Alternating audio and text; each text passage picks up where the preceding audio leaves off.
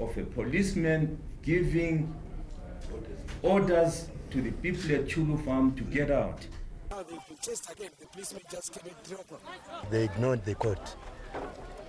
When the police came, he forced to push out. And they say that if you do not push out, all your property will be damaged or destroyed. The minister was telling blatant lies, demonstrating perhaps the state's desire not to be seen as oppressive or using undue force. But demonstrations, mainly by students, were on the whole allowed to go ahead, tolerated by the police, albeit in increasingly large numbers.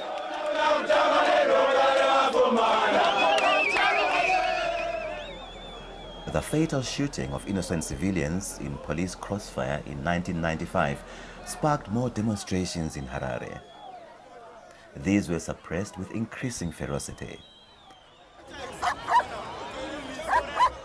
As opposition to the state escalated, so too the police force's reaction to it became more forceful.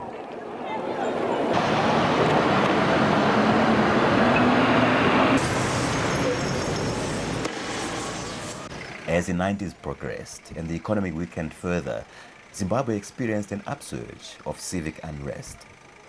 At this time, civic society was at its strongest and most vocal, but the police response to it was more and more hostile. By the time the National Constitutional Assembly, the NCA, an amalgamation of civics, unions and churches, was launched in 1998, huge numbers of people from all social groupings were ready to take to the streets. Sometimes with an orderly police escort, people were allowed to march and the press was allowed to do its job. But it was becoming obvious that the state was growing more uneasy with the concepts of freedom enshrined in the Constitution. Hostility between the people and the police increased. Of course, he's only doing his job, but following orders blindly is no defense. Tell them to go. Demonstrations and marches became destined not to go ahead without a struggle, and the police routinely acted in defiance of legitimate court orders.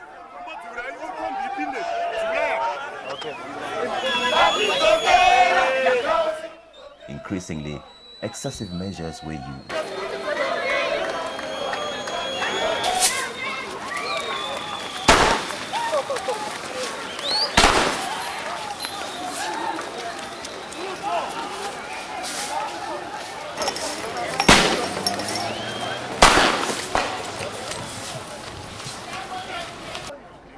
Things came to a head on April the 1st, 2000.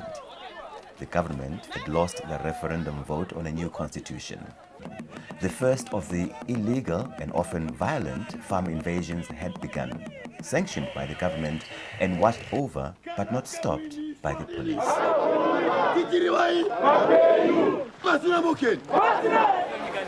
In response to the upsurge of violence against all those perceived to be in opposition to the state, the NCA, political parties and churches called for a peace march.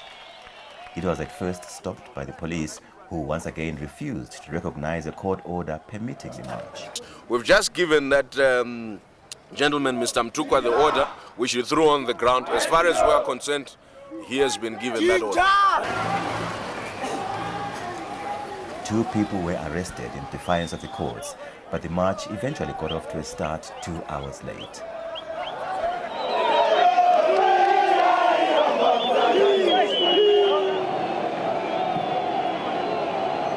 This was only after a large group of war veterans and ZANU-PF supporters had armed themselves with sticks and clubs and swarmed from the ZANU-PF headquarters into town to attack the peace marchers.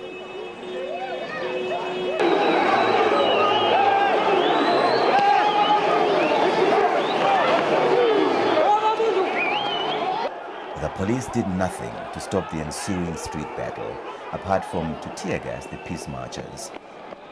Indeed, they appeared to have delayed the start of the march to make sure that the ZANU contingent was ready.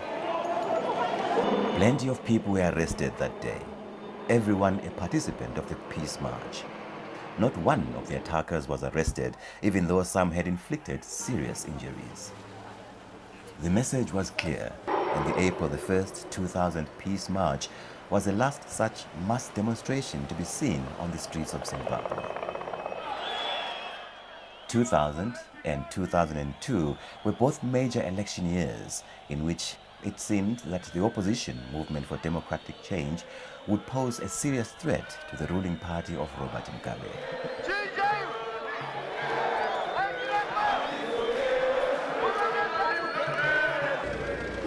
During both campaigns, scores of instances of brutal criminal violence and even the murder of opposition activists went uninvestigated by the police. Trimo Midzi, a youth leader in Bindura, was just one such case.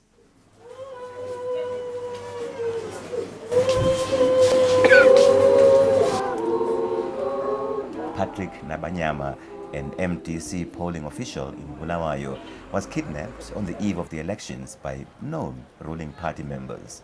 Let's have a peaceful march, let's have an orderly march, and let's remember this is a serious and solemn occasion.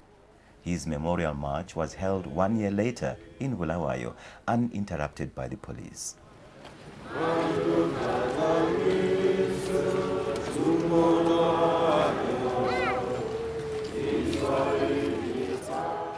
Patrick Nabanyama's body was never found.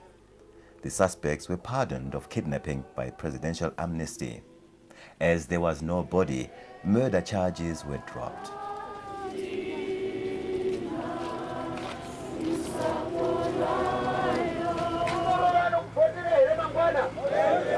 Throughout the elections of 2000 and 2002, the police displayed great diligence in preventing the opposition from gathering and campaigning. Now the police, they were trying to avoid this rally to be held. Police have been beating people, using tear gas, telling people to go back to their homes.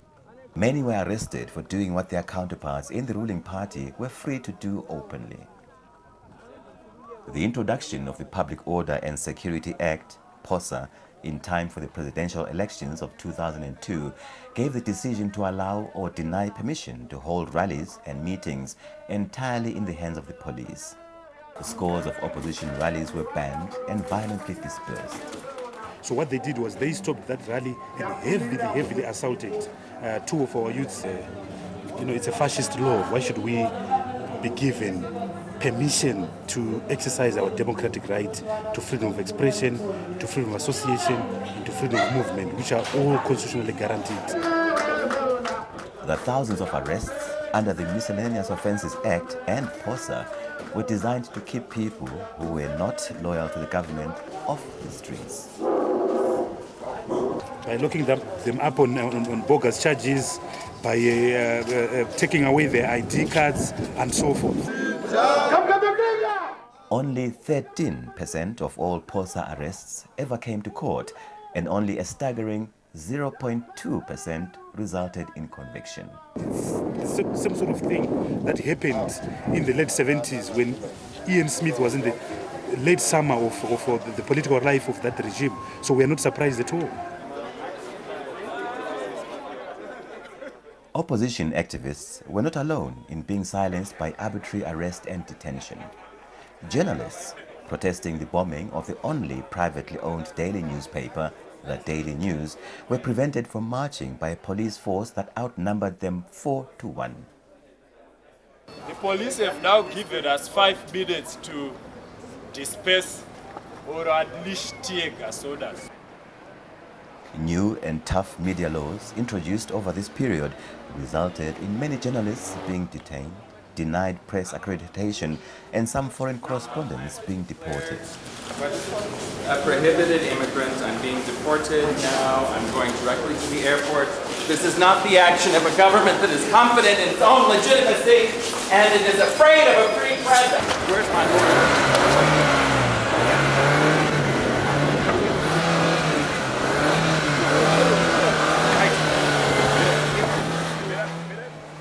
With the subsequent closure of the Daily News, scores of journalists have joined the swelling ranks of the diaspora, and much of the police action on and off the